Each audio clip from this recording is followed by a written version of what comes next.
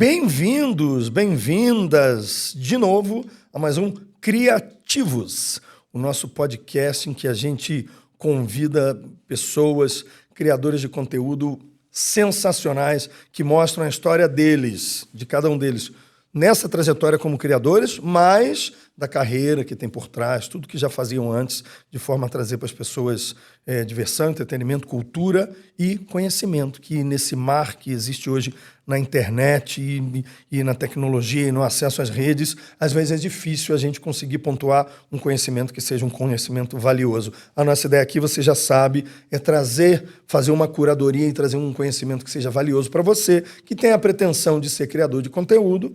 E se você não quiser ser criador de conteúdo, também vai aprender, vai conhecer aqui, sempre aprendendo, mas vai conhecer aqui criadores e vai poder seguir essas pessoas incríveis, sem nenhuma humildade, que a gente escolhe para trazer aqui. Então, bem-vindos ao Criativos, com a apresentação do Vitor Drummond e direção do nosso querido, maravilhoso Ale Contini. Palmas! Obrigado, produção! E hoje a gente tem uma figura que eu acho absolutamente maravilhosa, um sujeito que eu sou fã, assim, escrachado, sou abertamente fã, que construiu uma ideia que eu acho simples e ao mesmo tempo genial, que é o Raul Ruffo. Eu queria pedir uma salva de palmas para o Raul Ruffo. Aê! Ó, e aí, se eventualmente... obrigado. E aí, beleza? Bem-vindo, cara. Valeu, obrigadão pelo convite, uma honra estar aqui com vocês, trocando essa ideia. A gente já conversa ali pelo Instagram tem algum tempo, a gente teve uma conexão rápida aí de interesses artísticos, então muito legal estar aqui, podendo compartilhar um pouco dessa experiência. Eu normalmente costumo ficar nesse lugar aí de entrevistador, cara, eu fico um pouco sem jeito sendo entrevistado ainda. Então, vamos ver como é que vai rolar hoje aqui. Vai dar tudo certo. É a mesma coisa, é a mesma coisa. Pois é, eu comecei sendo entrevistado, não muito, mas... e gosto dessa coisa, esse lance da comunicação é muito legal, né, Raul?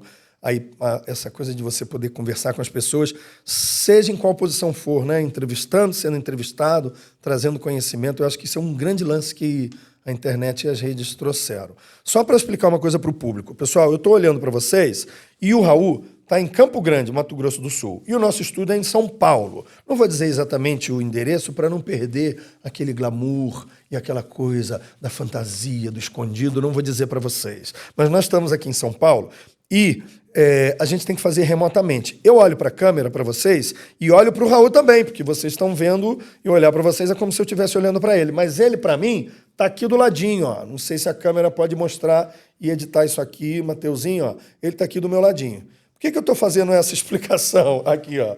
Por que eu estou fazendo essa explicação? Sejam gentis. Se eventualmente eu olhar aqui para o Raul, é que eu estou querendo pegar as expressões dele, pegar o comportamento dele como entrevistado para a gente poder conversar aqui. Mas, na verdade, a minha câmera, como se eu estivesse olhando para ele, é essa. Mas só para vocês terem essa gentileza e saberem disso, tá bom? E um pouco explicar. Porque a nossa ideia é entrevistar pessoas onde elas estiverem. E aí, por uma questão de logística, a gente não pôde trazer o Raul hoje aqui em São Paulo, mas a gente achou muito bom esse resultado quase presencial.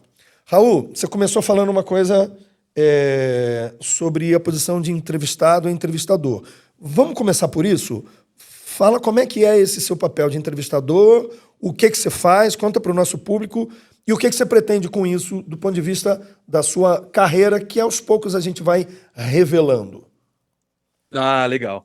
Vamos lá. Eu falo que eu estou mais acostumado como entrevistador, porque antes de eu começar a minha história nas redes sociais, eu sou jornalista, né, de formação, e fiz uma carreira como jornalista em televisão, principalmente, passei por rádio também, e trabalhei como produtor, trabalhei como repórter, mais como repórter até nesse período, e fazendo muitas entrevistas, né? Tive um período também como apresentador em televisão, então esse lugar de entrevistar foi uma coisa que eu acabei desenvolvendo e tendo que aprender isso na faculdade, depois quando eu entrei para trabalhar em televisão. Então é um lugar que eu ainda estou mais confortável, porque eu fiquei 10 anos trabalhando como jornalista, fazendo essas entrevistas e tudo mais. E o meu trabalho na rede social, a Vera, assim, eu comecei no começo de 2023,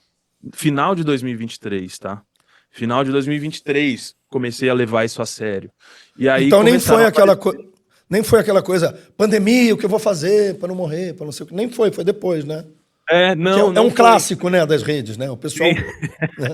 Isso, tem uma geração de criadores que foi forjada nesse período aí. Mas eu tive um estalo também na pandemia que talvez pudesse. Você falando agora, eu tô começando a entender.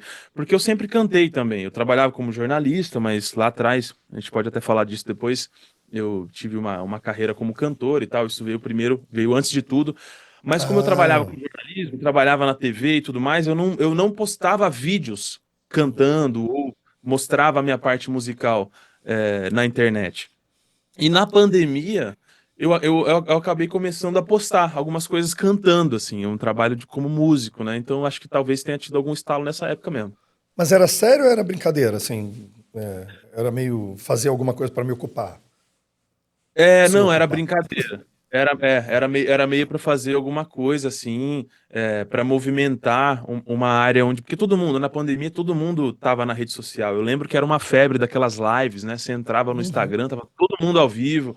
Então o público tava muito lá, porque não podia sair de casa, não podia fazer muita É. coisa externa, né?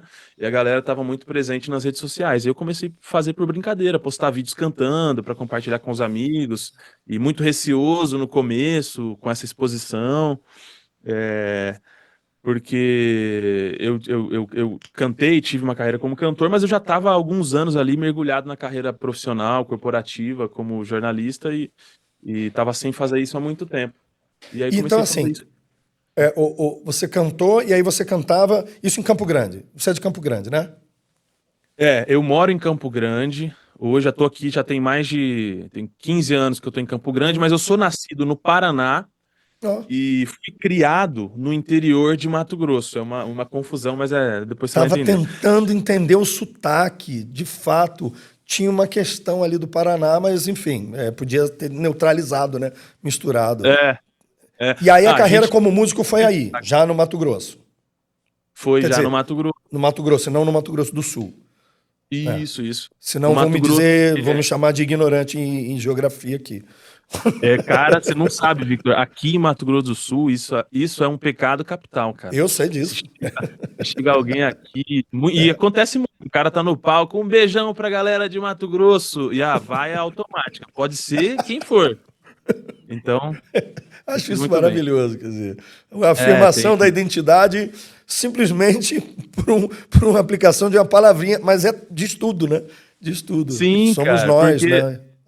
É. porque como o estado é novo, teoricamente, Mato Grosso do Sul foi criado em 77.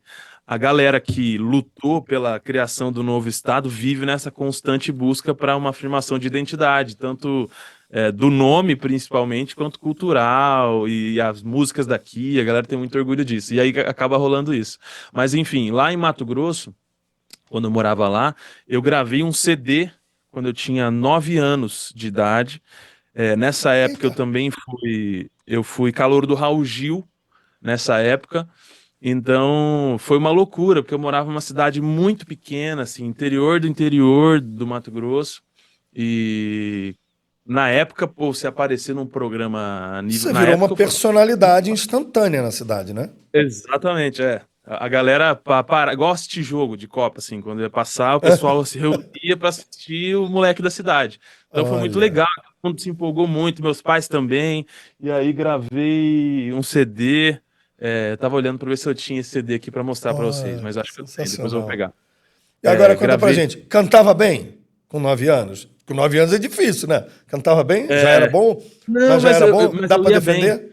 É? Legal. É, Eu ia bem, eu mandava bem. Meus pais sempre foram muito apaixonados por música. Nenhum dos dois são cantores profissionais, Aham. mas eles tiveram essa iniciativa de me incentivar desde muito cedo a cantar, a ouvir, exercitar o ouvido, a ouvir música e tal. Então eu era novinho e baixinho e gordinho, e por ser muito pequenininho, eu impressionava quando eu cantava, porque realmente eu cantava certinho. Então, assim, era Olha, difícil, como você falou, ver criancinha assim cantando. Então, acabava impressionando a galera, e aí eu ia para esses lugares. Fui para o Gil, ia gravar, cantava muito em festival de música. Então, minha infância foi meio assim. que maravilhoso isso. Você estava falando, você falou dos seus pais, que não são músicos profissionais, mas tocam, cantam, né? Enfim, não são cantores. E aí, lá em casa eu também gosto de tocar, tem piano, violão, percussão, a gente brinca. Muitos amigos músicos, meu Já irmão vi você músico, tocando piano. Muito meu bom. irmão músico profissional e tal, baterista, e um guitarrista, cantor, enfim. Mas aí você me lembrou uma história interessante de um amigo, Carlos, mandar um beijo para ele. Uma vez a gente estava lá no sarau, né? Lá na minha casa, do meu irmão, e eu brincando. Porque, pô, imagina, percussionistas, bateristas, guitarristas, baixistas que tocam com Mosca, Nando Reis, não sei quem, só uma galera fera, e eu lá tocando violão da rodinha, sabe? O animador, né?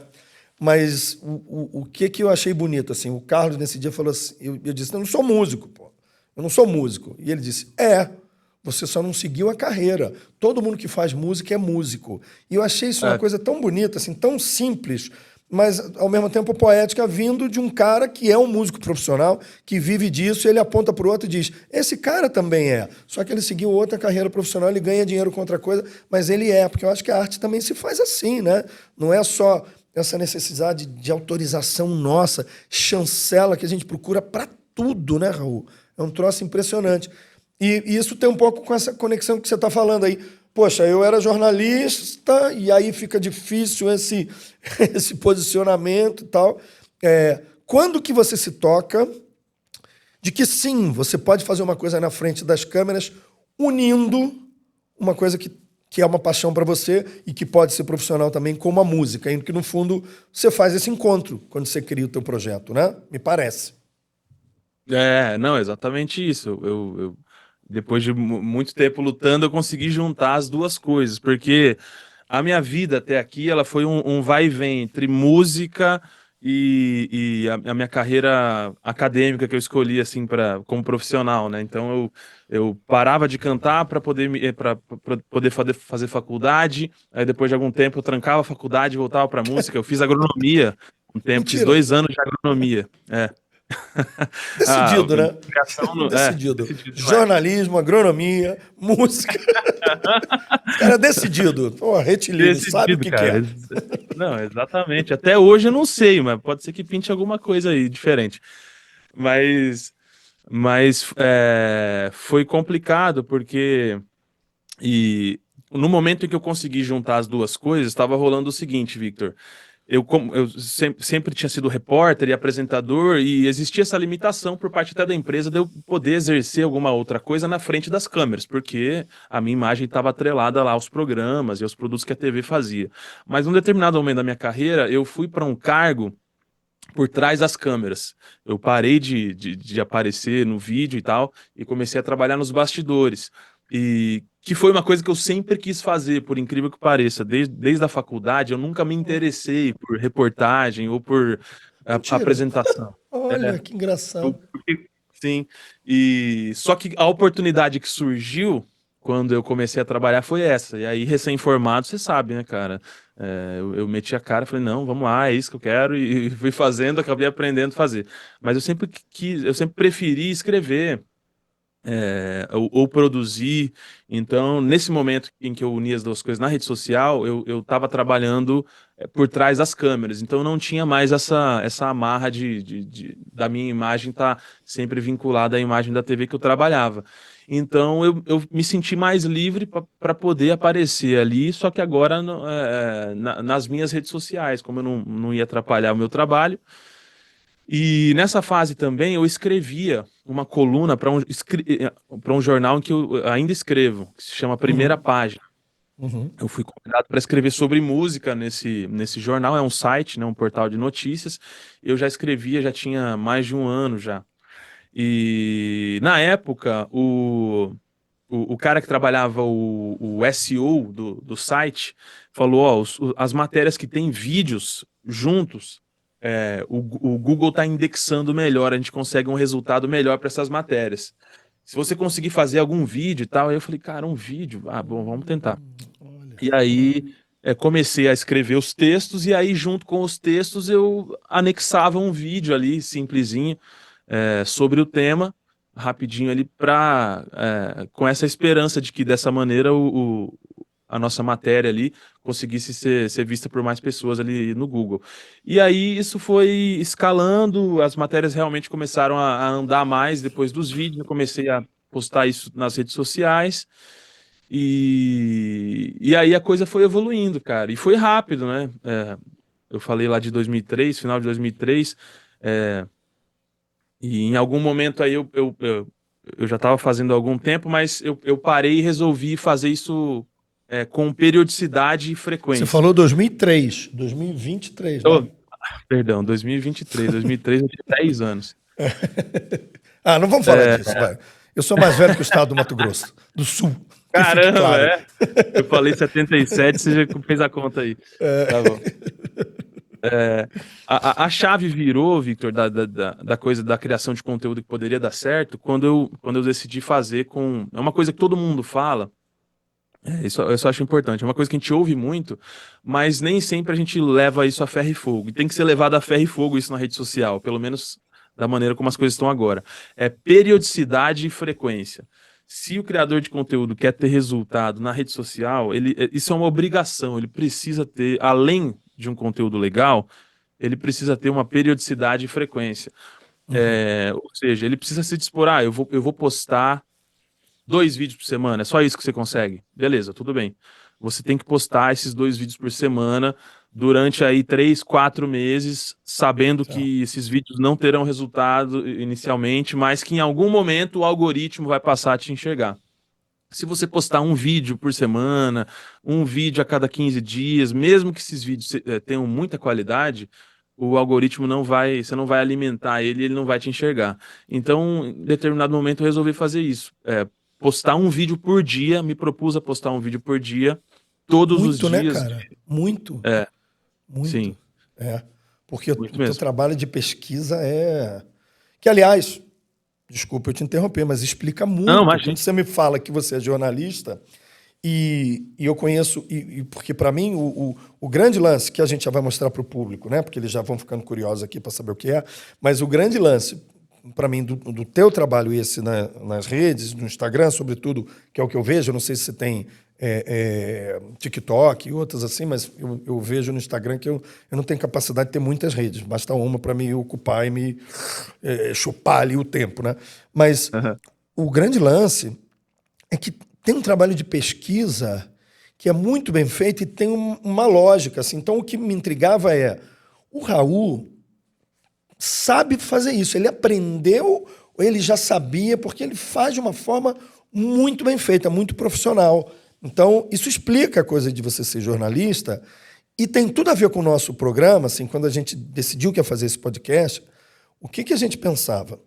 Vamos trazer pessoas que tenham já um conhecimento, um background, já saibam coisas, para mostrar essas pessoas fazendo com o conhecimento que elas têm algo inovador. Então, o nosso podcast Criativos é um trocadilho, né? Uma brincadeira, que é criativos, de pessoas criativas, e criativos, né? Para transformar isso também numa possibilidade de dinheiro, direto ou indiretamente, de projeção. Então, essa é a brincadeira. Explicando aqui um pouco a piada, mas às vezes alguém do público pode não ter se tocado, não tem problema a gente falar uma vezinha. Não toda, né?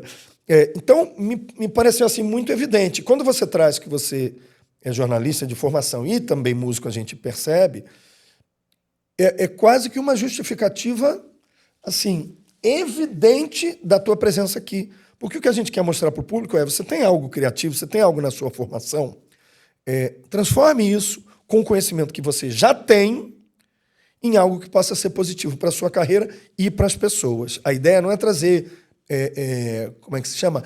Influenciadores, sabe? Influenciadores do vazio. Olha a capa que eu comprei para o meu celular, olha o casaco que eu comprei. Isso não interessa para nós. Aqui interessa a pessoa que tem uma carreira prévia naquilo que ela fez, ou até não, mas trouxe um mínimo contributo criativo.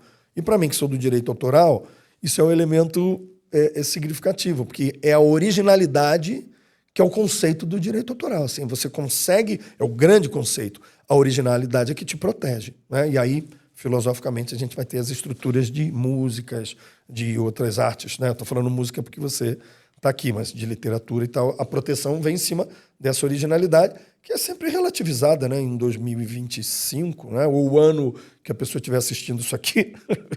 Vamos fazer uma coisa?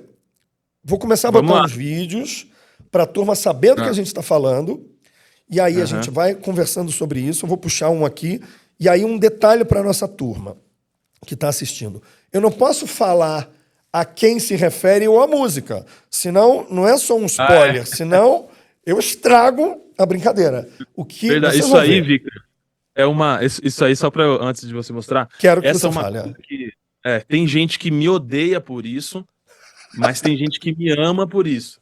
E eu acho que esse é o segredo da retenção dos vídeos, é um pouco do segredo de sucesso também. Eu conto a história quase toda sem revelar de quem eu tô falando, ou de qual música eu tô falando. Aí a gente tem lá, sei lá, 70% que ama isso, 20% que tolera e 10% que odeia. O cara comenta, por que você não fala quem é? Porque a pessoa, mesmo Você não mata, né? odiando, ela é obrigada a assistir o vídeo até o final para saber quem é. Então, mas olha, é uma técnica, vamos dizer assim. É claro, eu vou dizer para você, normalmente eu estou nos 70%, mas de vez em quando eu pulo direto pro 10%. Sim. Odiando. Até você, minha né? mãe assiste, Sua mãe. A minha mãe assiste e fala, que isso, fala quem que é. O vídeo tem 3 minutos, eu vou falar nos 10 segundos. Teve uma vez que eu fiz uma coisa, eu fui falar do... Quem que era, cara? É o cara que fez a música da Praça é Nossa, eu vou lembrar. Esse cara era conhecido por... ele era o Carlos Imperial, o rei da malandragem. Claro. E aí contei a história dele toda e falei no final, e aí não falei quem era, e no final eu falei, eu vou fazer uma traquinagem com vocês agora, eu não vou contar quem é.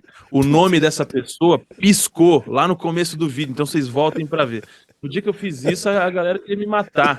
Mas o vídeo deu milhões de visualizações, que todo mundo ficava louco pra ver o nome da pessoa que tava lá. Então... Claro. Não, é uma técnica sensacional. Vamos ver o primeiro. Acabei de descobrir que uma das músicas mais tocadas nas festas juninas é um protesto contra um atentado da ditadura militar. Essa talvez seja uma das músicas mais alegres do Brasil, e eu jamais poderia imaginar que ela nasceu de um atentado terrorista que deu errado. Em 1981, o Brasil estava no meio do processo de reabertura política, para sair do regime militar e devolver o poder para os civis. O povo queria a democracia, mas alguns setores militares mais radicais não queriam deixar isso acontecer. E o que eles estavam fazendo para tentar intimidar essa turma? Começaram a bombardear um monte de lugar. Foi bomba para todo lado. Mas em abril de 81, resolveram planejar o que era para ser o maior ataque terrorista da história do Brasil. O Centro Brasil Democrático, que era presidido pelo Oscar Niemeyer e ligado ao Partido Comunista Brasileiro, organizou um grande show para comemorar o Dia do Trabalhador. E na noite do dia 30 de abril, no Rio Centro, no Rio de Janeiro, esse show começou. Enquanto a Elba Ramalho cantava para aquela multidão, ouviram um estrondo muito forte. O povão ficou procurando para ver de onde tinha vindo aquela explosão, até que disseram que um carro tinha explodido no estacionamento do Rio Centro. Dentro do carro estavam 2 militares, um deles especialista em explosivos. Esse morreu na hora, o motorista sobreviveu. A bomba explodiu por acidente na hora errada. O plano era explodir aquela bomba no show, colocar a culpa nos militantes para provar que o Brasil ainda precisava do regime militar para se proteger. Mas o que interessa aqui é o seguinte: o cara que fez a letra dessa música morava em Ipanema, no Rio de Janeiro, e logo depois que isso aconteceu, ele ficou muito preocupado. Ele estava levando o filho dele para creche e ficou pensando em como ele poderia criticar esses bombardeios todos. O mês de junho estava perto e aí ele teve uma ideia. E começou ali mesmo a escrever mentalmente uma letra que falava de bombas, de explosões, mas num cenário de amor e de alegria. Como se estivesse dizendo, enquanto vocês estão jogando bomba aí para causar destruição, a gente tá jogando bomba para ser feliz. Chegou em casa, terminou a letra e mostrou para a esposa. Aí ele começou a pensar quem poderia fazer a melodia para aquela letra. Ficou na dúvida entre Dominguinhos e Moraes Moreira. E a esposa dele sugeriu escolher o que morava mais perto. Ele pegou o telefone, ligou para esse cara e foi lendo a letra. Do outro lado, o cara foi anotando. Desligou o telefone, passou 20 minutos, o cara ligou de volta. Ele atendeu e o cara falou, ouve aí. Fagulhas, pontas de agulhas, brilham estrelas de São João.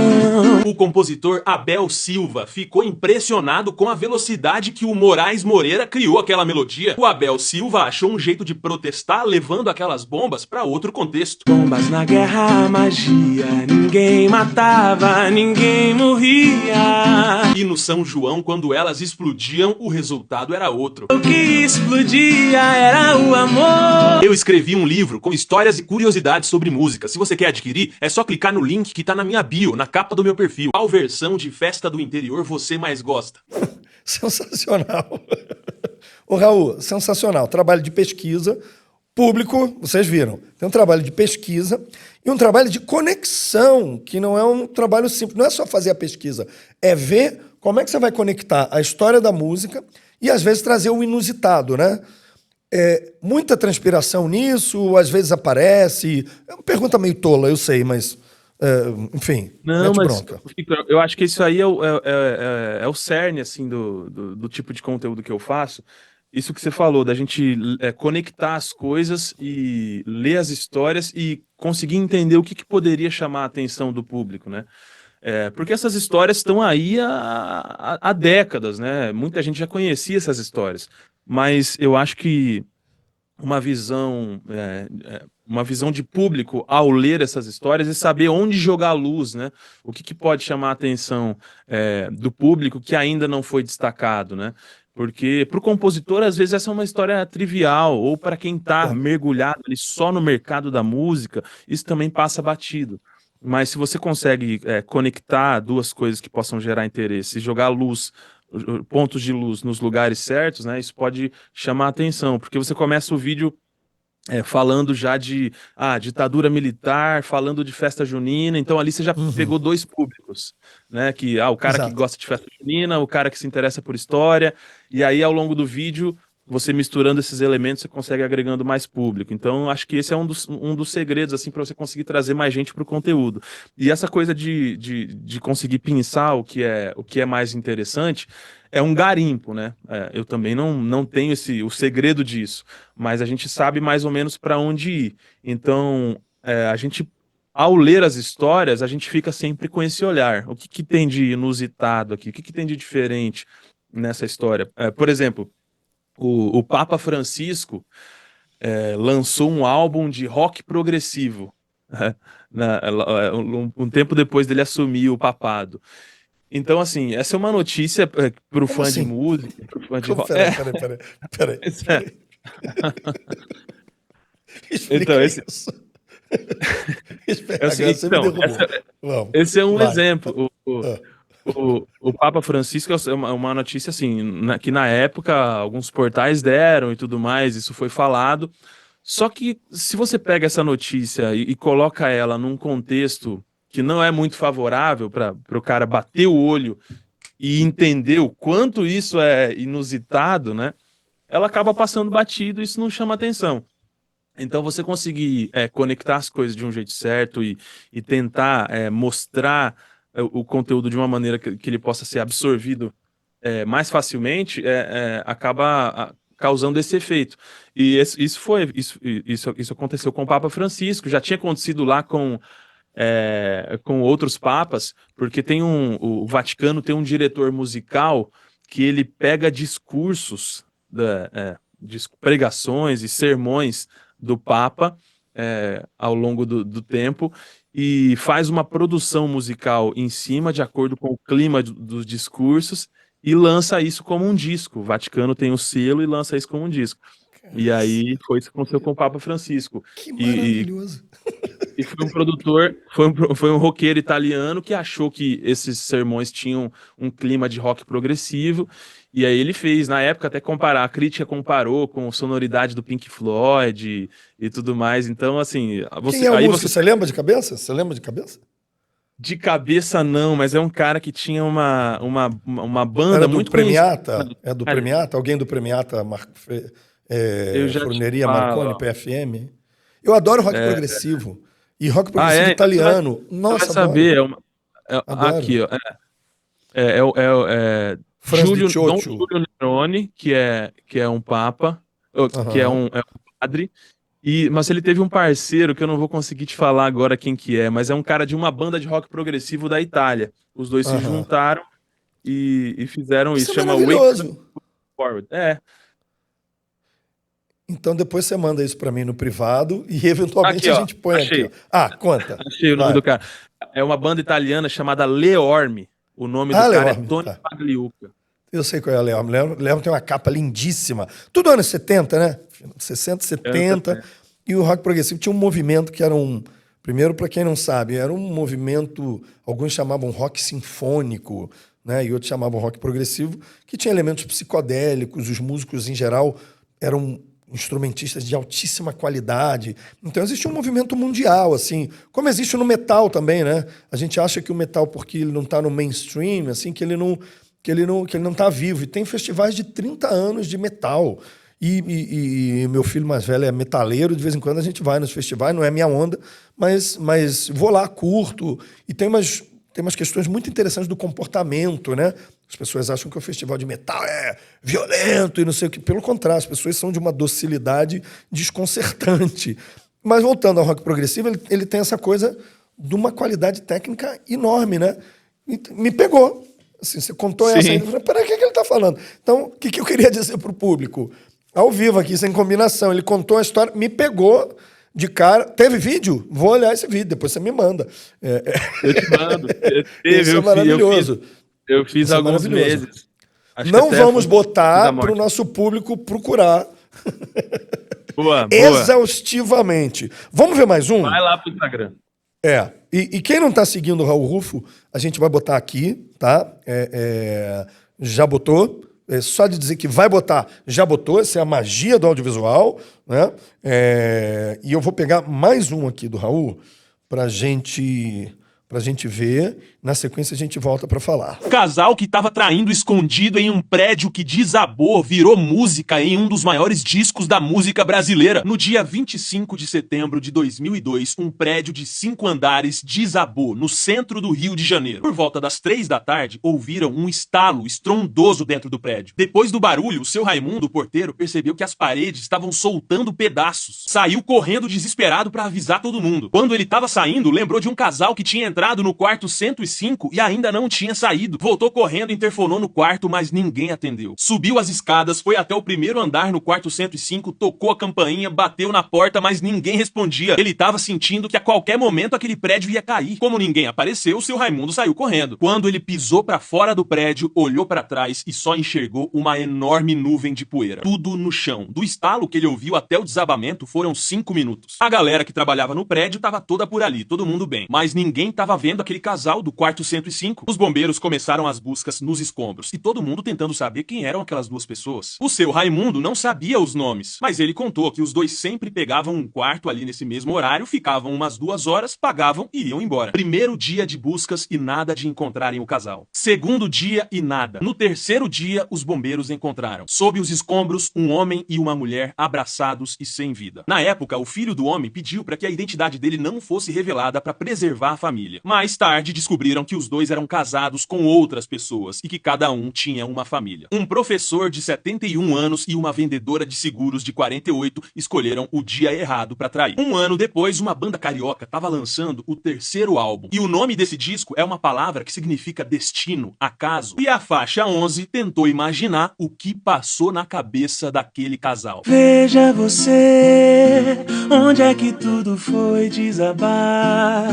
A gente corre pra se esconder e se amar até o fim. Marcelo Camelo retratou até o momento em que o seu Raimundo bateu na porta. Deixa o moço bater, que eu cansei da nossa fuga. Um dos vizinhos do prédio contou pros repórteres que viu uma mulher acenando da janela minutos antes do prédio desabar. Abre a janela agora, deixa que o sol te veja. A vendedora de seguros e o professor simplesmente aceitaram que aquele era só o começo do fim da vida deles. Me abraça forte agora, que é chegada a nossa hora. A banda Los Hermanos gravou Conversa de Botas Batidas no álbum Ventura, que foi considerado um dos maiores álbuns da música brasileira pela revista Rolling Stone. Eu escrevi um livro com curiosidades e histórias sobre música. Se você quer adquirir, comenta livro que eu te mando o link. E aí, vocês acham que esses dois escolheram ir embora juntos? Deixa o moço bater, Raul. Ele cansou da fuga. Cansou, deixa o moço bater. Que legal, cara. Que momento, legal. né? Então, isso aí foi uma... os Los Hermanos lançaram essa música e na época a turma começou a especular que seria sobre esse acidente que aconteceu no Rio de Janeiro, esse desabamento, né?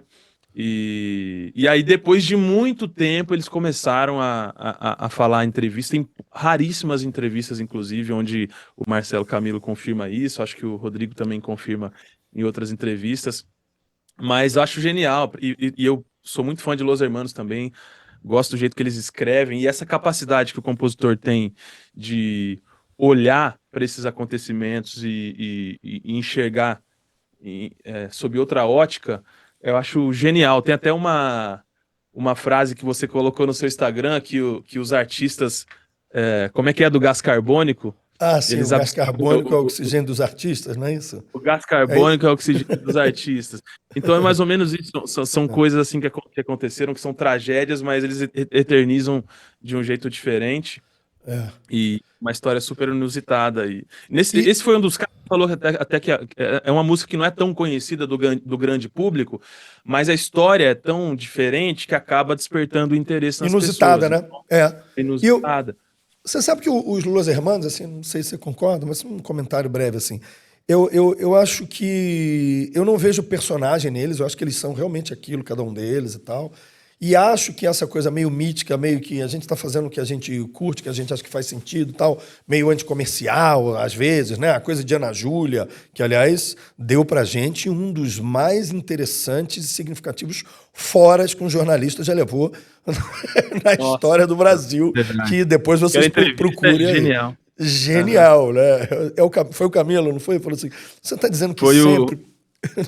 Foi o Rodrigo, Rodrigo Amarante. Foi o Rodrigo. Depois vocês procurem aí o Rodrigo sendo entrevistado por um cara que quer lacrar e, enfim, nem sei o nome do jornalista, ficou marcado com essa história, mas eu acho que eles têm uma coisa que eles construíram naturalmente, uma aura meio mítica, né? O Los Hermanos nunca teve, digamos assim, talvez seja um exagero falar nunca, mas ele não esteve parte significativa na carreira no mais absoluto mainstream, né? No centrão do mainstream, mesmo quando o rock estava na fase deles bem aparecido, a não ser com a própria Ana Júlia, né? Mais conhecida como Mariana Ximenes, para quem viu o clipe. O clipe, né? Verdade. Eu contei a história. Você contou a história da Ana Júlia também? Contou, né? Eu acho que sim. É interessante. É interessante. Não é a Mariana Ximenes, mas uma menina que eles viam no recreio e um dos caras da banda era apaixonado e tal, mas não deu certo, eles fizeram. Mas isso, o Los Hermanos tem isso mesmo que você falou, eles tiveram esse momento aí do mainstream conhecer eles, mas depois eles continuaram se mantendo com um repertório diferente e tem fãs muito, muito fiéis, né? Até hoje, se eles resolverem fazer um reunion aí, igual o Sandy Júnior fizeram, eles vão lotar aí os estádios. Estádio, impressionante, né? Eles lotam mesmo. Tem muito público, E eu, na minha opinião, eles fazem um dos sons mais originais, assim, do rock brasileiro. Eu acho não tenha dúvida. Muito legal a maneira como eles escrevem, as harmonias, os instrumentos que eles usam, acho super legal, assim. Também acho isso. Agora, vamos ver uma coisa que eu ia te perguntar, assim. Existe, quando você vai fazer o roteiro, como é que é o teu método de trabalho, assim? Você vai anotando músicas que você quer contar história, você vai coletando as histórias, você tem uma fonte específica, e eu faço essa pergunta já conectando com uma informação para o público. O Raul tem um livro que ele vai dizer o título do livro para vocês e vai dizer que no link dele vocês podem comprar o físico e o digital, e eu vou comprar o físico porque eu tenho o digital, mas eu quero o físico porque eu gosto do fetiche, do papel. Eu sou um comprador compulsivo de livros. Do barulhinho das páginas. Total. É óbvio que eu tenho muito mais livros que eu poderia ler em toda a minha vida, mas esse é um problema meu, ninguém tem nada com isso. O fato é que o teu livro, claro, ele é fonte para outros, né? Para agora quem quiser contar a história, que aliás depois a gente vai dar uma bronca numa pessoa sem citar, que você fez um alerta e muito bem alertado sobre direito autoral e sobre um sujeito aí que andou te copiando. Eu como autoridade do direito autoral vou dar essa bronca. Eu quero umas dicas, porque a gente precisa saber para onde que isso tá indo, cara, porque fica a gente vai falar. né? Vamos falar. Copia, não dá para você rastrear, enfim. Não, Mas vamos lá. Tuas fontes primárias, vamos chamar assim.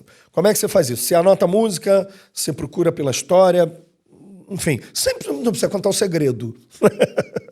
não tem umas ideias. Nenhum, imagina. Normalmente, eu começo pela música. Eu costumo escolher músicas que fizeram muito sucesso e que muitas pessoas conhecem. Depois que eu escolho essa música, eu começo a pesquisar sobre ela. Na maioria das vezes, a música não tem uma história interessante. Isso é uma coisa engraçada. Olha. Muita gente comenta. Como a gente só conta histórias que tem alguma coisa diferente no meio, as pessoas acham que toda música tem uma história interessante. Mas não, a maioria das vezes a música acontece sem uma história por trás. Esses dias eu troquei uma ideia com o Paulo Massadas, que é um compositor antológico da música brasileira. O cara, praticamente ele e o Sullivan fizeram a música pop dos anos 80, 90 no Brasil. Eu perguntei, cara, tem alguma história interessante tal das suas músicas? Como que é? Ele falou, não, cara, na verdade eu comecei a compor porque o Sullivan precisava de um compositor, de um letrista, que não precisasse ficar olhando para a lua para compor. Ele queria um letrista que sentasse... Pragmático, né? Pragmático. E por isso que ele conseguiu emplacar. Então, assim, a maioria das músicas não tem uma história. Então eu pego essas músicas de sucesso e vou garimpar para ver qual delas tem uma história interessante. Ou seja, o seu trabalho é por exclusão. É por exclusão, exatamente. Por exclusão. Quer dizer, é a ponta do iceberg mesmo. Então você que está assistindo a gente, olha, isso faz, desculpa, Raul, isso é muito importante a gente pontuar para o nosso público. Quem vê teus vídeos já vê um roteiro, já sabe que tem coisa bem feita. E, além de tudo, você executa cantando e tocando bem. Então, já tem uma coisa bem feita. Só que tem um pré. Então, para sair aquilo ali, que é uma produção cultural, intelectual, né, um artigo científico, tem muita coisa que foi escolhida para ser ignorada antes. Então, isso coloca o teu trabalho num outro nível ainda de pesquisa, né? Você pode fazer um livro das histórias, músicas que não têm histórias interessantes. É um index. Né? 3 vezes maior do que o teu livro, só o título, né? Mas olha muito, que sensacional, muito mais fácil cara. de fazer. Muito mais fácil de fazer. Agora, tem uma outra coisa também que eu queria te pontuar. Tem um serviço muito interessante no que você faz. Primeiro que você não escolhe um estilo determinado, né? É bom também a gente falar para as pessoas. Quando vocês se referirem a uma forma estética de fazer música, não necessariamente a gente chama isso de ritmo. A gente chama isso de estilo, não é verdade, Raul? As pessoas falam, eu gosto muito do ritmo do funk. Tá, o funk tem um ritmo. Eu gosto do ritmo do sertanejo. O sertanejo não tem um ritmo, ele tem vários. Ele é um estilo. Ele é um estilo, um conjunto de fatores que conduz a que se chame sertanejo, ou rock progressivo, que falamos, ou funk. Então, informação. Isso não é o ritmo. O ritmo é o samba, sabe? São outras coisas, pessoal. Mas, voltando, Raul, o que eu acho que é um grande serviço que você faz? Primeiro, é includente de histórias, de estilos que talvez não sejam que as pessoas necessariamente mais se identificam. Então você pode contar uma história do samba, ficar incrível a história e despertar o interesse na pessoa. E junto a isso, acho que tem um elemento também muito significativo que eu gosto muito de arte. Se eu estou diante de um quadro e ele me impacta, simplesmente do ponto de vista estético, isso é maravilhoso. Mas se eu conheço a história, por que ele é pintado daquela forma, qual é a técnica e tudo mais, ele fica ainda maior. Então, o que eu queria te rasgar num elogio é dizer que, ao contar as histórias e escolher bem, você engrandece essas músicas, essas composições, para o seu público, se ele tiver essa percepção. E eu já fui escutar músicas que eu não tinha conhecimento por conta de assistir a postagens suas. Então, assim, isso é um comentário, mas desse comentário... Você concorda com isso? Você acha que isso faz sentido? e você procura trazer, de fato, uma amplitude assim de trazer mais estilos como algo includente? Concordo 100%. Existe o contrário também. Tem gente que passa a gostar mais da música quando sabe da história, e tem gente que passa a odiar a música quando descobre a história. Então é complicado isso daí. Riscos do ofício. Esses dias eu contei a história da 20 e poucos anos do Fábio Júnior, né? Nem por você, nem por ninguém eu me desfaço. Que foi quando ele, na primeira esposa, ela não concordava muito com o trabalho dele e era muito ciumenta e tudo mais. Ele não sabia como dizer isso para ela. Ele escreveu essa música e cantou como uma forma de desabafo. Aí tem gente que comenta, pô, sabendo agora do significado, que o Fábio Júnior estava dispensando a mulher, a música perdeu um pouco de sentido para mim. Então tem essas duas coisas. Eu sempre faço quando eu escrevo sobre isso, e no meu outro livro que eu estou escrevendo, eu faço esse disclaimer, assim, que a música, ela tem um significado para o autor que escreveu, e ela ganha outros significados a partir do momento em que ele coloca essa música no mundo. Total. Então, e os dois são tão importantes quanto, né? E eu Exato. acho que o legal é isso, você poder aproveitar a obra de todas as faces que ela tem. Então, isso que você falou, a partir do momento que você conhece a história, você consegue aproveitar aquilo de uma maneira diferente. Claro. Então, ela ganha outros significados, né? Mas é interessante então- isso, que eu tinha visto só do prisma positivo, você tem razão. De repente a pessoa vai lá e fala, pô, não gostei. Se bem que eu acho que essa do 20 e poucos anos é meio evidente, né? Acho que a pessoa se distraiu não, ali, é também meio achei. evidente. Foi meio fora, né? Assim, meio... E considerando o compositor que não era exatamente uma surpresa ele trocar a parceira dele, considerando o histórico fez uma pra depois cada conhecido, né? Pô, ele tem 58 sucessos, um para cada casamento. Sim. Mas isso acontece em muitos cenários. Eu já fiz algumas músicas da Legião Urbana, porque, como você falou, eu falo de vários estilos. Eu não tenho um segmento musical. Isso é pensado, Raul, isso é pensado. Isso, mais ou menos, porque tem muito a ver com a minha formação musical também. Tá. A minha formação musical é muito eclética e foi uma situação que eu não precisei trabalhar. Isso Legal. veio de casa, dos meus pais e do que Legal. eu sempre ouvi, da minha criação no interior, misturada com o meu gosto por MPB, por rock, e aí depois isso foi tudo misturando, enfim. Você canta e toca com seus pais? Cantava e tocava com eles? Sim, eu comecei a cantar, assim, quando pequeno, na igreja. Meus pais até hoje cantam e tocam na igreja. Olha. E durante todo o período em que eu morei com eles, eu cantei toda semana, todo domingo na missa com meu pai e com a minha mãe. E aí, quando eu fui fazer faculdade, quando eu voltava, eu sempre cantava com eles. E eles até hoje cantam lá onde eles moram, né? Eu não tô mais lá com eles, mas eles cantam até hoje. E tem algumas Isso é músicas que eles sensacional, nunca- né? E a coisa da igreja, ela tem um elemento muito interessante, que assim, é uma constância, né? Então, tendo constância, a pessoa precisa melhorar, porque ela está ali no palco, é um palco, né? E ela tem que melhorar, senão os outros vão perceber e pode ser que venha ali um fiel e diga, olha só, tem que dar uma melhoradinha aqui, né? Você Com tem que certeza. melhorar, né? É um palco exigente, tem muito padre chato que te olha e fala, não é assim, é assado, então você é... Olha, Tem.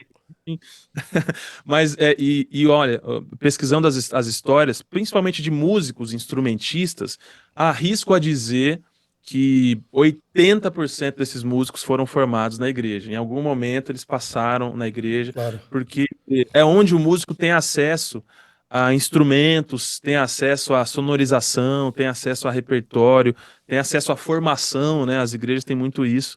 Então, muita gente foi formada na igreja. Depois pode ser que ele tome outros caminhos, mas se você for puxar a história dessa No galera... início, né? Claro.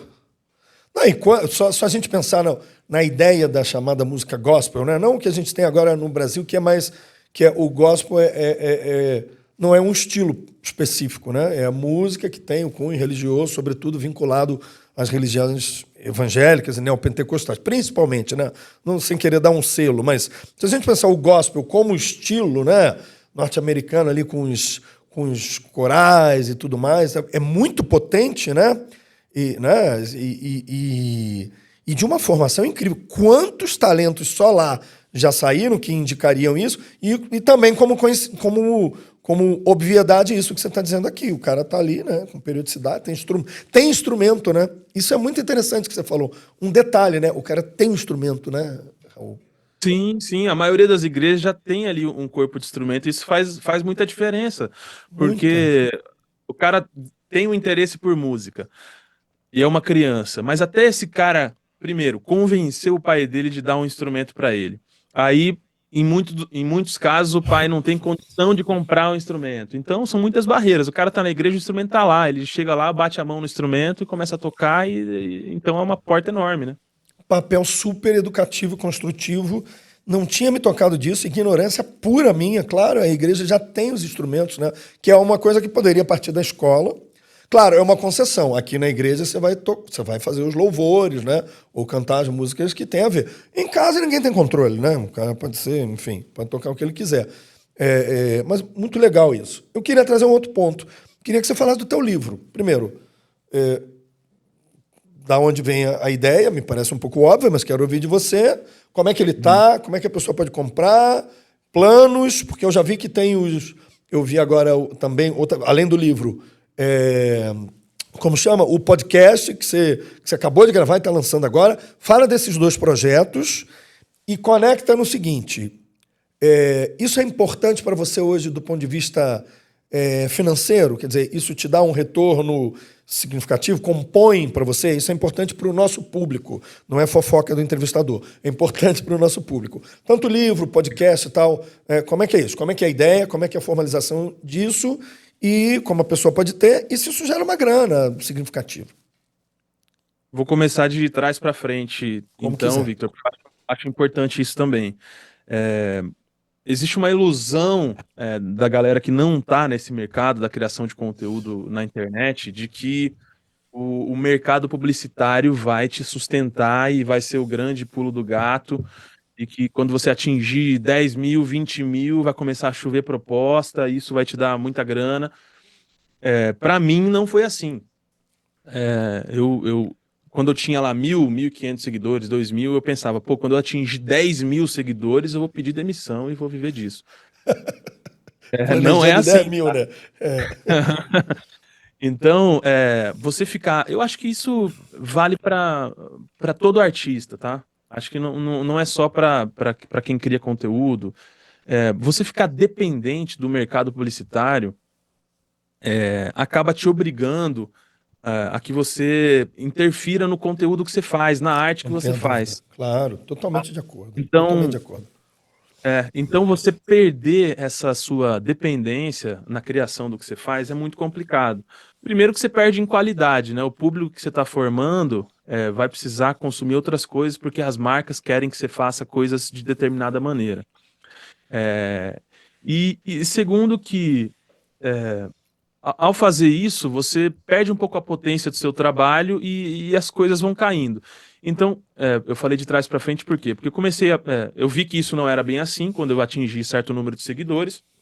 Muitas vezes apareciam propostas, mas para fazer coisas que são muito fora do meu conteúdo, que eu sabia que não ia ter engajamento, e isso a longo prazo ia fazer com que eu perdesse seguidores, enfim.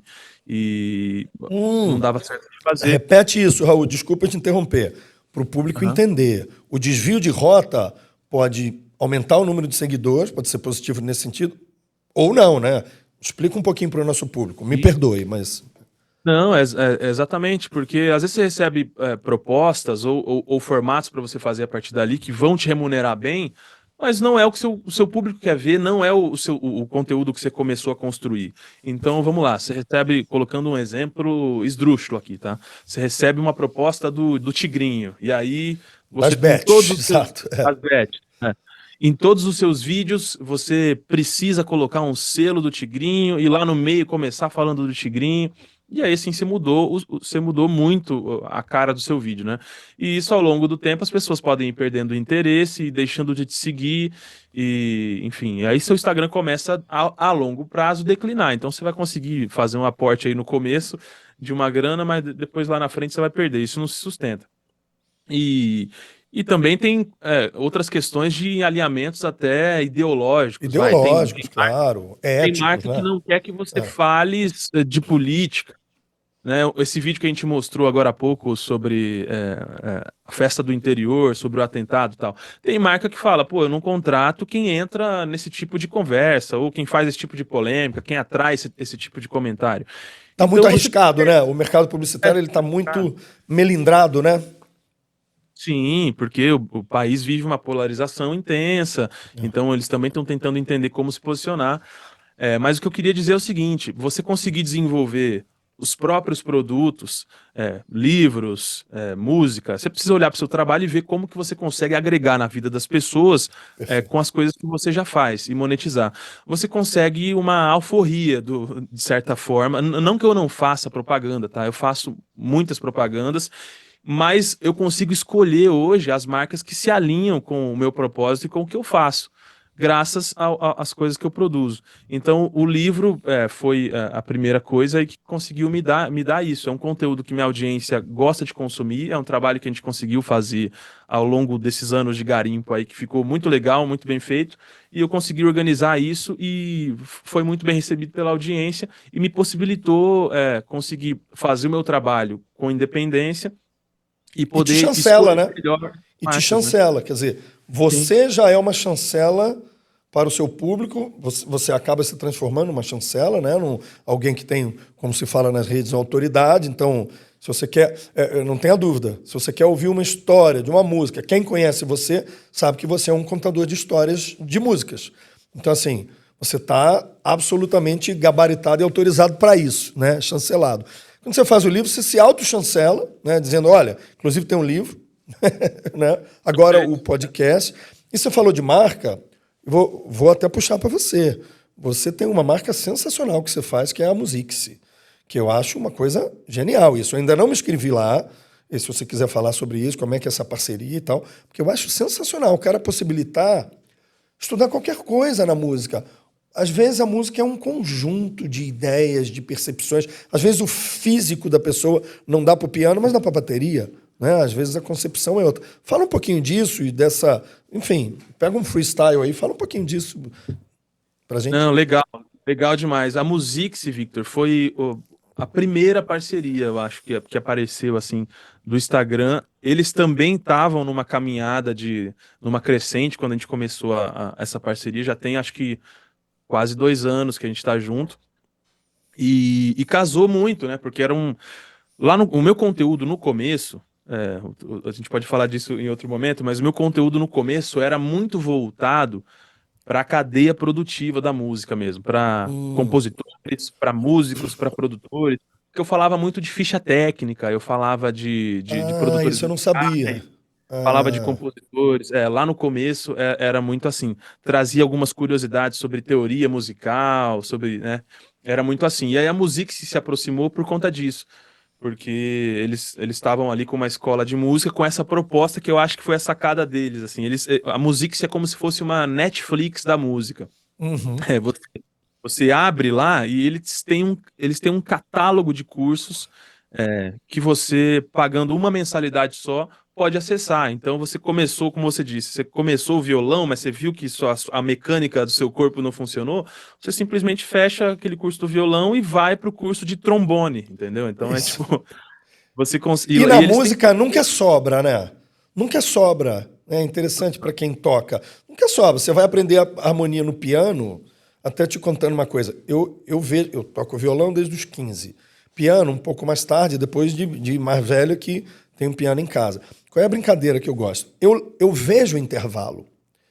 Então, tem acordes que eu já estou com eles memorizados e no corpo, né?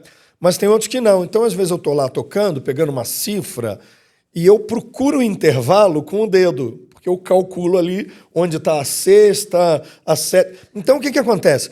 Tem um jeito curioso de tocar, que as pessoas percebem, assim, você toca de um jeito esquisito, porque às vezes eu entro no tom maior ou menor, ou numa sétima, e vou procurando ali a quarta aumentada. Aí parece uma melodia, mas na verdade é uma fragilidade. Não, mas Mas que sai um é uma efeito, mistura das né? linguagens também, né? Você falou, você acaba É. trazendo o que você aprendeu em um, coloca no outro, e essas linguagens misturando. Então, você poder experimentar um pouquinho de cada coisa é excelente para a formação, né?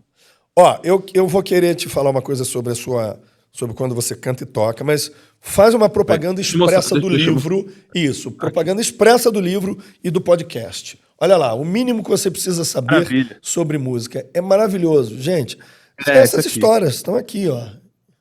Olha aí. Pra você, Vitor, aí que gosta de pegar, sentir as Isso. páginas, olha o barulhinho, ó, das Eu páginas. vou pegar o físico já já. Esse livro aqui foi uma. Ele é uma. Eu organizei a minha pesquisa, esse garimpo da música brasileira e música mundial que eu fiz ao longo desses anos, uns 4 anos que eu trabalho escrevendo colunas, enfim, sobre música. Eu organizei nesse livro. Eu costumo dizer que ele é um manual de música para rodas de conversa. Não é só um Legal. livro que conta as histórias das músicas, mas é um livro que vai municiar aquelas pessoas que são apaixonadas por música, que gostam de música, com informações para que elas possam trocar uma ideia mais ou menos de igual para igual, se elas encontrarem com o ídolo ou com o músico, elas vão ganhar uma noção de música. Isso a introdução do livro, ela faz isso, ela introduz esse fã de música nesse universo musical, trazendo Legal. alguns elementos mais técnicos de um jeito mais fácil Leve. de entender. E isso leve, e aí ele vai desenrolando com curiosidades sobre o mundo da música e algumas histórias para que essa pessoa tenha uma base, uma base para um repertório de conversas musicais interessantes. Então, foi isso que eu fiz. Eu reuni um monte de curiosidade juntando com essa introdução, essa apresentação ao universo musical para quem é apaixonado por música e nunca teve essa oportunidade de entrar em contato com uma formação musical, assim. Excelente. Junta o que pode ser popular, né, que não é um problema, com uma qualidade técnica.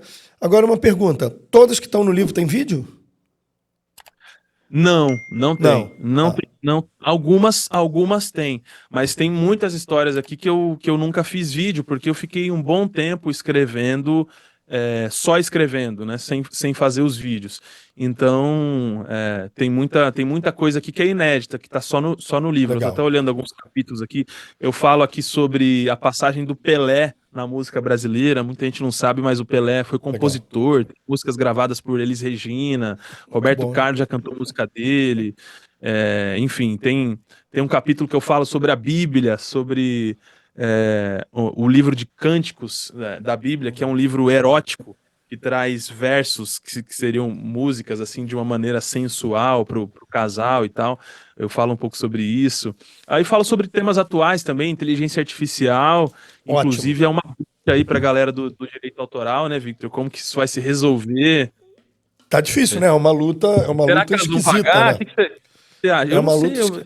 Cara, a gente tem uma discussão agora, eu não quero entrar nesse tema com muita precisão, mas eu acho que a gente pode até fazer depois uma live, junto um pouco, fazendo né, essa pontuação, o advogado e o artista e tal. Vou te convidar para coisas assim, acho que pode ser legal.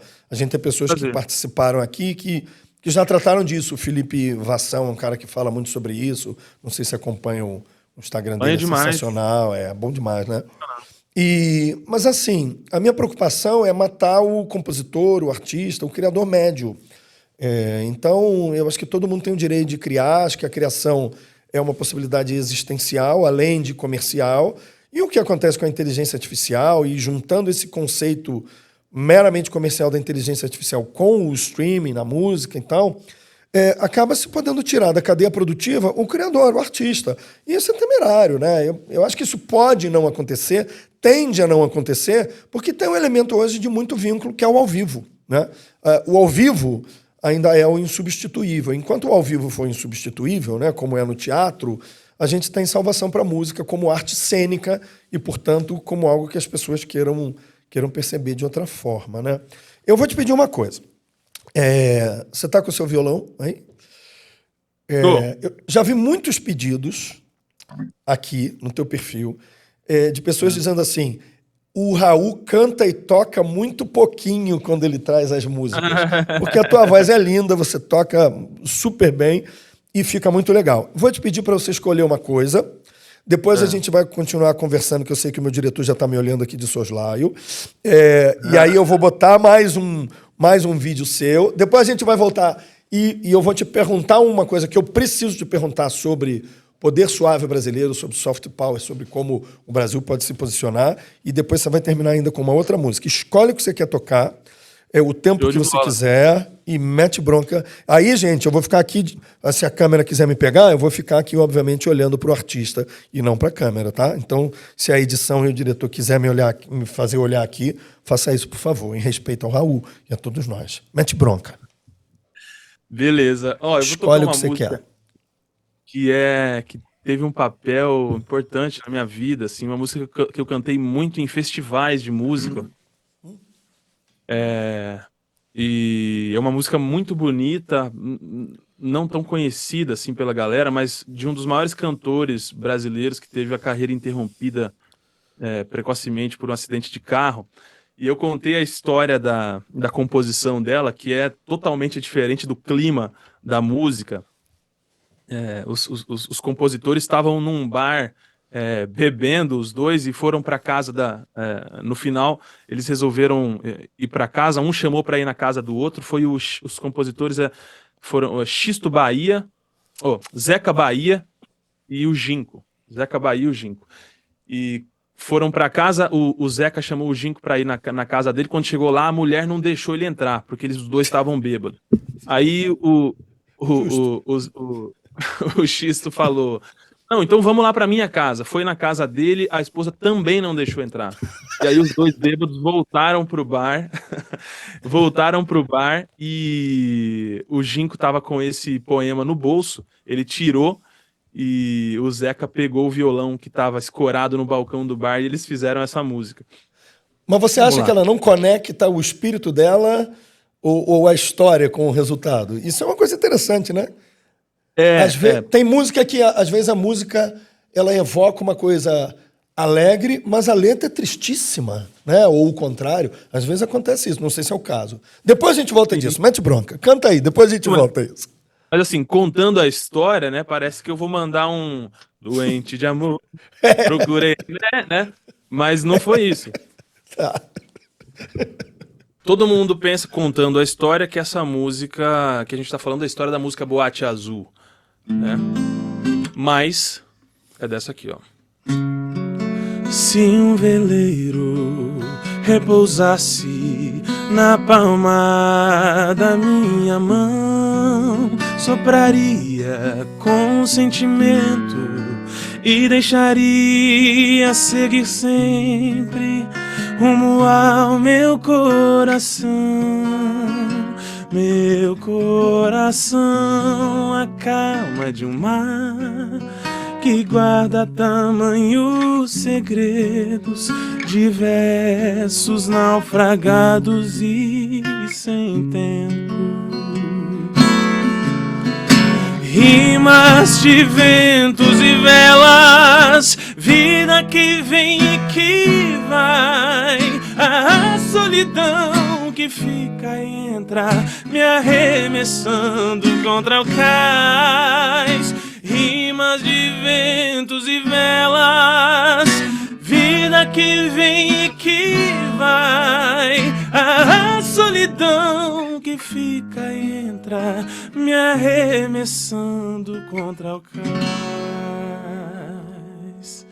Essa é do Gessé, o intérprete, né? Gessé. Ginco e Zeca Bahia. Tu me quebrou agora. É mesmo? É linda, né, cara? Quebrou. Pô, solidão. Cara, E linda. sabia que foi feita nesse cenário, pô. Os caras tomaram o pé da mulher, não puderam entrar em casa, sentaram no... Você me quebrou e assim, ó. Quando você falou, essa música fica sempre na minha cabeça. E aí você vê como é o cérebro. Eu não sei se eu tinha pensado nela antes, eu só pensei quando você disse que ele morreu de acidente. Eu sei que ele morreu de acidente super precocemente.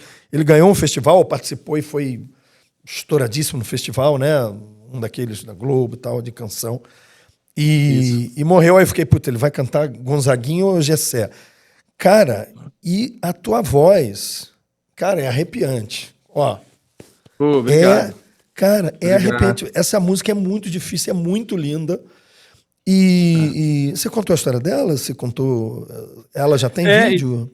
Já Ela tem, eu tem? fiz, Ah, eu fiz um vídeo dela uma vez contando essa passagem deles no bar e deles. tudo mais. É. Já Essa tem bastante tempo. valoriza, né? Essa valoriza, né? Porque, pô, foi ali, não pôde entrar. Cara, Sim, essa música é uma daquelas que precisam ser resgatadas, sabe? Que estão ali perdidas para quem não vivenciou, que é uma coisa que a gente tem muito no Brasil, né? Infelizmente. Queria conectar sim, uma coisa com isso. Entre os apoiadores nossos aqui, tem uma iniciativa chamada BEPOM, Brasil para o Mundo. E o BEPOM, essa iniciativa, que é associações, empresas, pessoas que você também será e já foi convidado, né, até no questionário e tal, para fazer, a gente pensa muito em como valorizar a cultura, a arte, os produtos, os serviços, a produção brasileira, não somente cultural, né, para a gente aumentar o nosso poder suave, como se fala, o soft power, né? O Brasil tem uma boa posição, é o 15º no mundo em termos de cultura e patrimônio, 31º em 2025 no soft power em geral. Mas inclui outras coisas, né? Governança, estabilidade, coisas que a gente não tem domínio. Mas tem uma coisa particular que eu gosto do teu trabalho. Ele faz um serviço. O teu trabalho, estou me referindo especificamente à produção de conteúdo aqui nas redes. Ele faz um trabalho de resgate e de iluminação da produção cultural brasileira. Então, para mim, o que você faz é Brasil para o mundo total. Inclusive, podemos pensar em algo que possa projetar isso de alguma forma em inglês, em espanhol, legendando, sei lá, vamos pensar alguma coisa. Mas eu queria que você falasse um pouco sobre isso, assim, como eu te falei, livre, não é uma pergunta, assim, ou o que o Brasil pode fazer para a gente melhorar a nossa posição do ponto de vista artístico? O que falta para a concepção artística, para a posição nossa? Você entende que há elementos da sociedade civil, do Estado? Que tipo de ações a gente pode ter? Como é que a gente valoriza isso, que é tão rico, e às vezes a gente fica falando para nós e poderia contar para o mundo todo, né? eu acho que assim, o Brasil tem muitos elementos assim que podem melhorar a nossa posição no ranking e até, enfim, liderar isso assim, mas eu acho que é, falta um pouco de interesse mesmo, eu acho, dos brasileiros em procurar ir um pouco além das primeiras páginas, assim, da nossa história, da música, enfim, dos nossos artistas, né? Recentemente eu fiz um vídeo sobre Paulinho da Costa, que é um Maravilhoso. percussionista, né? Maravilhoso. Eu acho que eu Percussionista repostei brasileiro. e ele é Bepom total. Total. Porra, só La Isla Bonita. Vai se ferrar. Porra, Michael Pois Jackson, é. todo mundo. Porra, conta, vai. Então, Victor, a maioria não conhece o Não. Paulinho da Costa, não sabe da onde ele saiu. Então, mas ao mesmo tempo, eu fico me perguntando que eu não sei se a gente pode colocar isso tudo na conta só da galera que não tem esse conhecimento. Porque acho que a gente não deveria fazer isso por obrigação. É, eu acho que também vai um pouco do posicionamento do próprio artista, de quem está fazendo esse trabalho, em ter algum interesse em tornar isso público, assim. No caso do Paulinho da Costa, é um case, assim, um artista de sucesso na arte brasileira que está no topo do mundo há muitos anos e que o brasileiro não sabe disso e acaba não podendo ter orgulho disso por falta de conhecimento de que tem um brasileiro criado no Irajá, carioca, lá no Rio, em Hollywood, gravando com os maiores do mundo. Então eu acho que isso é um trabalho que tem que ser feito de base, assim, acho que artística, de posicionamento também artístico, porque eu acho que não dá pra gente dizer que o público não está entendendo o que está acontecendo. Eu acho que o artista precisa enxergar o trabalho dele também com um olhar um pouco, não me entenda mal, tá? Mas é preciso que haja um olhar um pouco comercial, assim, em cima do que ele faz, no sentido da divulgação e da importância que esse trabalho tem, não só para quem está fazendo, mas para todo o país, né? Para toda uma comunidade. Então, o artista, ao saber se posicionar e fazer uma divulgação correta do trabalho dele, ele acaba empoderando toda a população do país de onde ele veio Não tenha com essas dúvida. É. informações. E É um um ato pouco de do- responsabilidade também, né, Raul? Eu acho que é um pouco isso também. responsabilidade. É um ato de responsabilidade. Os Estados Unidos lá atrás fizeram um trabalho até de institucional para colocar, para espalhar a cultura deles pelo mundo através do cinema. Enfim, isso tem várias maneiras de se olhar isso, mas não dá para dizer que eles não conseguiram ser bem-sucedidos nesse sentido, né? Talvez seja hoje um dos países que culturalmente tem mais influência global. Então, a gente acho que precisa encontrar um equilíbrio entre manter uma identidade artística e também usar isso como um posicionamento para você conseguir empoderar a sua nação e toda uma cultura que vem por trás e isso possa ser enxergado de maneira positiva pelos outros países, assim. Perfeito. Raul Rufo é Brasil para o mundo. Ó. Raul para o mundo, total. Total. Legal. Paulinho da Costa para o mundo. Eu acho que a ideia é um pouco não, é muito essa. A gente tem feito esse trabalho também, um pouco de... Tá tudo muito do início, mas um pouco de curadoria, de escolher assim, pessoas que deveriam, obviamente, ser conhecidas pela trajetória, sabe?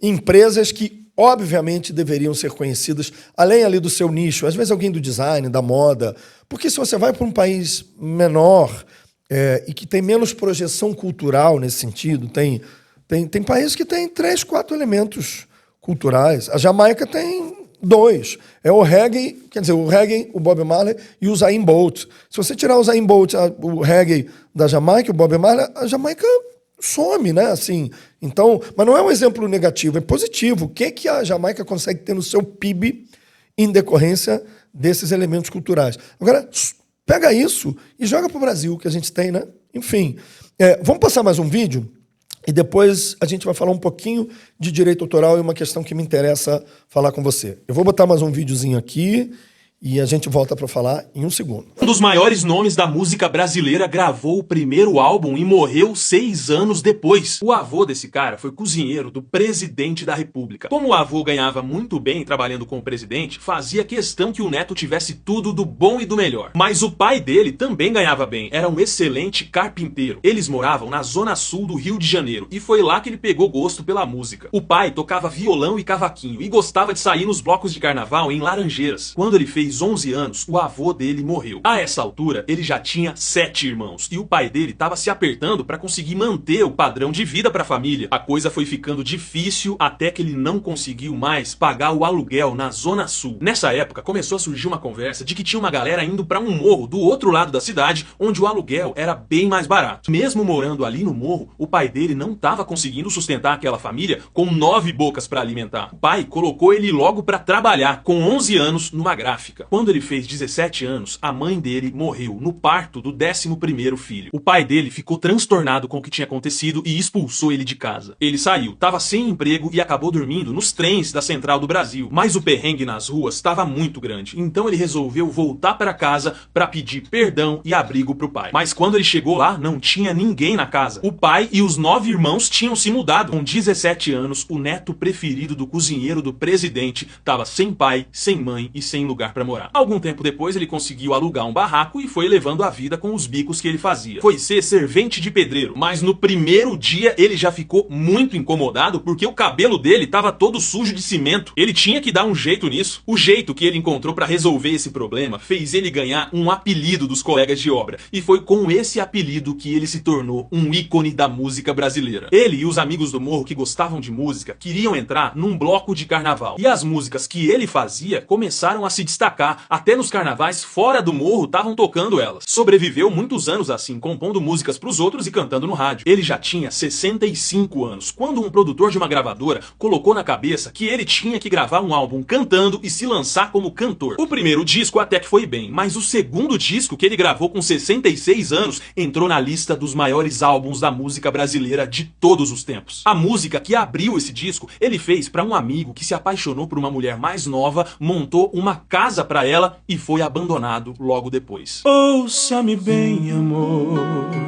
preste atenção, o mundo é um moinho Estamos falando do cara que é considerado o maior sambista da música brasileira. O cara que só foi conhecer o verdadeiro nome depois dos 50 anos. Angenor de Oliveira, o mestre Cartola. Eu escrevi um livro com histórias e curiosidades sobre música. Se você quer adquirir, é só clicar no link que tá na minha bio, na capa do meu perfil. Me conta aí qual a sua preferida do Cartola. Cara, Cartola é sensacional, né?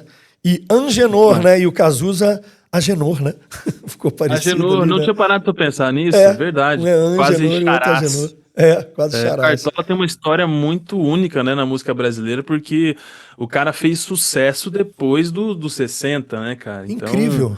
É a minha esperança. Sim, há uma esperança. Você que tá aí no seu 10º álbum e ainda não fez sucesso. Não, mas o Cartola fez sucesso no primeiro álbum, apesar de ser depois de 60. Né? Não, tem que tirar o chapéu. Tem alguma mais emblemática que você gosta? Puxa uma aí na capela. Então, o Cartola, assim, são só clássicos, né? Mas tem uma história dele curiosa que eu contei, que o mundo é um moinho, né? A história que mais se conta aí pela internet é que ele fez essa música para a filha dele quando resolveu sair de casa dizendo que ia se prostituir. Essa história não é verdade. O Cartola teve sim uma filha adotiva, mas ela é cantora e nunca se prostituiu, não existe essa história. E a esposa do Cartola contou a história real dessa música, né? Diz que um grande amigo do Cartola começou a se envolver com uma mulher muito mais nova, e ele foi se apaixonando perdidamente por ela, e arrumou uma casa, montou essa casa certinho para colocar ela para morar lá, e aí quando ele terminou a casa e foi levar a chave para ela, a mulher tinha arrumado outro cara e sumiu da vida dele. Isso não estava no acordo. Não estava no acordo. Estava no acordo. A casa esperou terminar a casa. Complicado. Tomou o bolo da novinha e aí o Cartola ficou com dó dele e acabou escrevendo, falando pra ele que a vida é um moinho que vai esmagar todos os seus sonhos e suas expectativas. Lindo, né? Lindo. Amor, mal começaste a conhecer a vida. Lindo, lindo, poesia total. Vai mais. Mal começaste a conhecer a vida, já anuncias a hora de partida, sem saber mesmo o rumo que irás tomar. Ainda é cedo, amor, mal começaste a conhecer... Aqui, ó, esse refrão que é bom. Ouça-me bem, amor, preste atenção, o mundo é um moinho, vai triturar seus sonhos tão mesquinhos, vai reduzir as ilusões a pó. Enfim, é pra esse cara que tomou esse balão. Sensacional, lindo. Que bom que você recupera a história. Cada vez mais difícil a gente recuperar histórias que a gente acha que são as verdadeiras, né? No mundo aí de pós-verdade, que tudo acaba virando verdade se você reiterar, né? Gobelianamente, como fizeram os nazistas, conte a história 1000 vezes e ela será uma verdade. A mentira reiterada 1000 vezes será uma verdade. Acho bom você fazer essa recuperação, porque isso faz todo sentido para a gente reafirmar a nossa cultura de um lugar que ela deve estar. Vou trazer um tema, que é um tema de um domínio meu, que é direitos autorais. Eu vi você comentando esses dias que uma pessoa, um perfil, estava pegando o ideário seu e estava repetindo, inclusive, os próprios roteiros. Conta um pouco isso para o pessoal entender, sem dar o perfil, que não é para seguir essa pessoa, nem dar o nome. Não vamos dar crédito para o pirata, né? Então, cara, isso começou a aparecer há algum tempo, assim, e o que chama muita atenção é que a galera copia o roteiro exatamente como ele é feito. Acho que ele pega o meu vídeo e joga em uma ferramenta de transcrição, e ele pega esse roteiro, escreve esse roteiro exatamente como eu falei, e ele grava exatamente o mesmo roteiro que eu escrevi. E no momento em que as músicas aparecem, em vez deles cantarem, eles rodam o vídeo da música, né? E lá atrás apareceu uma pessoa, aí depois alguém me mandou de novo uma segunda pessoa, Mentira! Uma terceira, e isso foi replicando, assim, a ponto de agora eu já não consigo te dizer quantos eu já vi que fazem esse tipo de trabalho, e tem gente, assim, com 100 mil seguidores, 200 mil seguidores, e aí, assim, da mesma maneira que esse cara faz isso comigo, eu não sou exclusividade pra ele faz isso com 10, 15, 20 perfis, então é um perfil que se baseia em 10, 15 outros perfis e fica replicando essas ideias lá, e ele que fazem outras coisas totalmente diferentes da tua. Fazem outras coisas, né? Sim, às vezes às vezes um que copiou que me mandaram ontem, o canal dele é sobre história em geral. Então ele faz o meu vídeo, que é uma música relacionada à história, e ele pega outros canais de história e replica também. E faz isso. E aí, cara, um deles era um menino mais novo e tudo mais. Eu até mandei comecei a seguir. Eu não falei nada. Eu vi o vídeo que me mandaram. Muita gente me mandou. Era um vídeo que já tava começando a andar. Eu não falei nada e só segui o cara, né? E aí ele, acho que ficou com vergonha, eu achei que ele tivesse ficado, me mandou mensagem, né? Cara, me desculpa, é que eu sou seu fã, tô começando agora, e é uma homenagem, por isso que falei, mas cara, você não me deu nem crédito e tudo mais. E aí meio que troquei uma ideia numa boa, falei, você tá começando agora, acho que esse caminho não é legal, é um atalho que você tá pegando, que lá na frente você vai ser cobrado por isso, porque você não vai aprender a desenvolver os próprios roteiros, você vai ficar travado, você precisa Claro. aprender a encontrar a sua identidade e tal. Seu E ele falou, tá caminho, bom. né? Muito obrigado pela ajuda e tudo mais.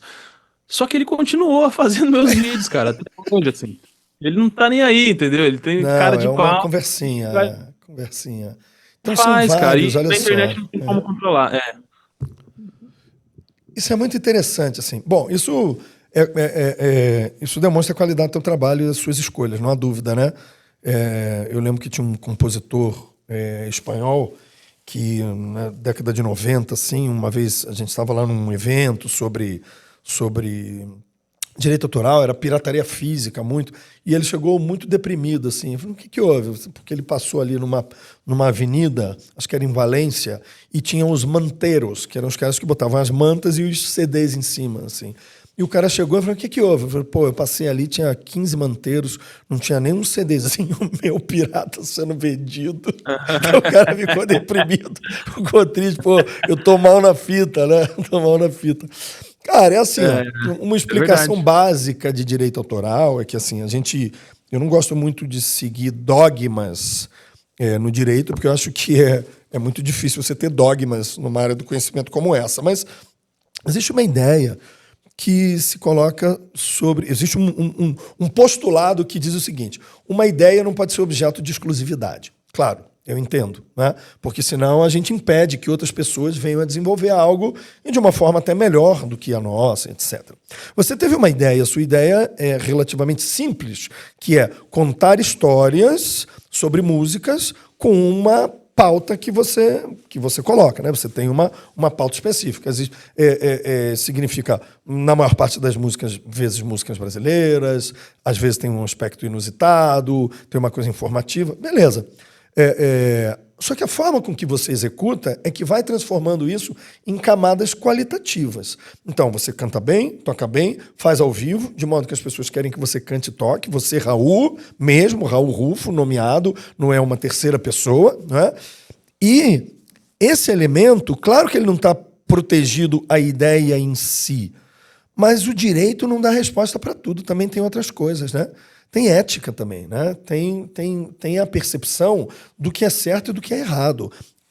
O direito autoral é baseado na parte, no aspecto patrimonial, né? A possibilidade de ganhar o dinheiro, mas também os chamados direitos morais. Então tem um que é a nomeação da autoria, é o direito de paternidade. Você é o pai dessa concepção e tem o seu nome indicado e tem o direito de ter isso.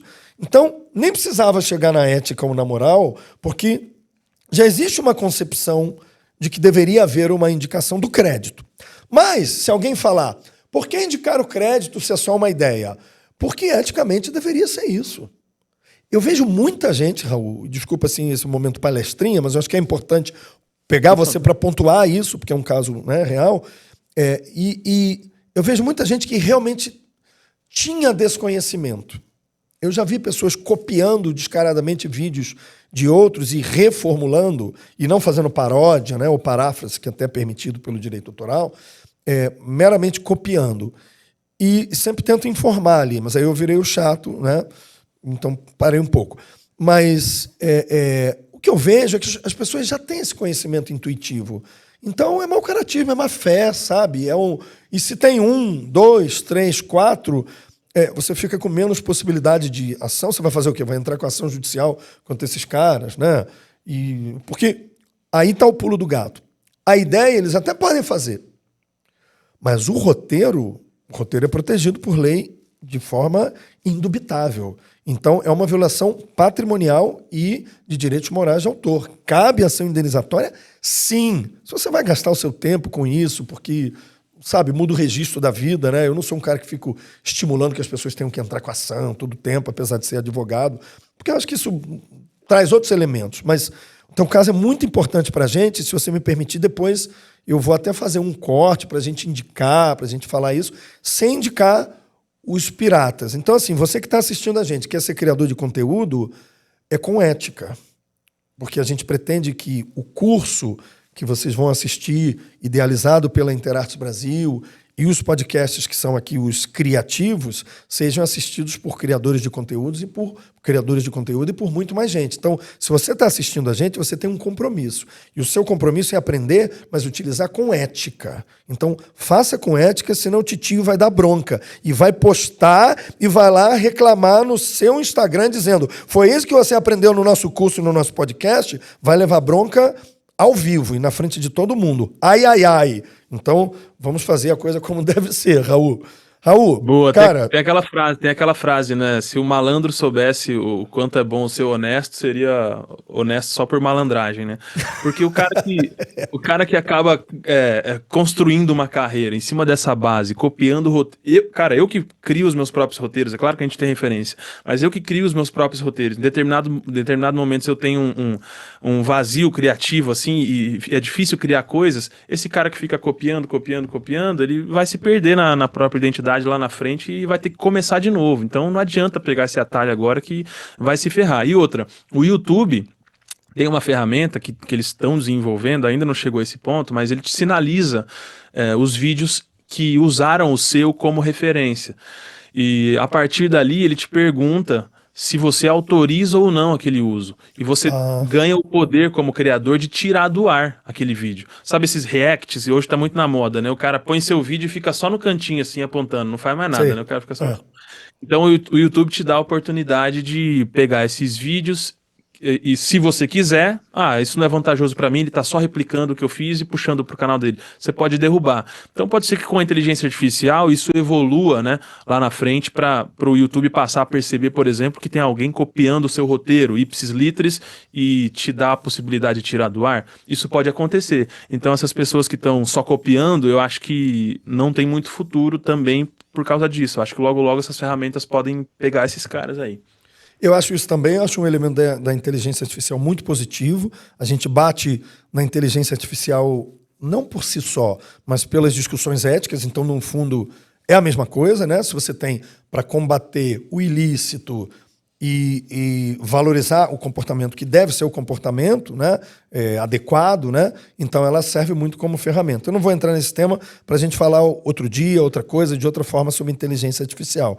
Vou querer que você fale um pouquinho ainda do teu livro, do teu podcast, e dizer para você que eu ficaria aqui 3 dias só me alimentando e tomando água e fazendo um podcast com você criativo, que é sensacional. Não é isso, meu diretor? Mas não dá, meu diretor está dizendo que não dá, ele está ali lamentando também. Eu sei que não dá, queridão.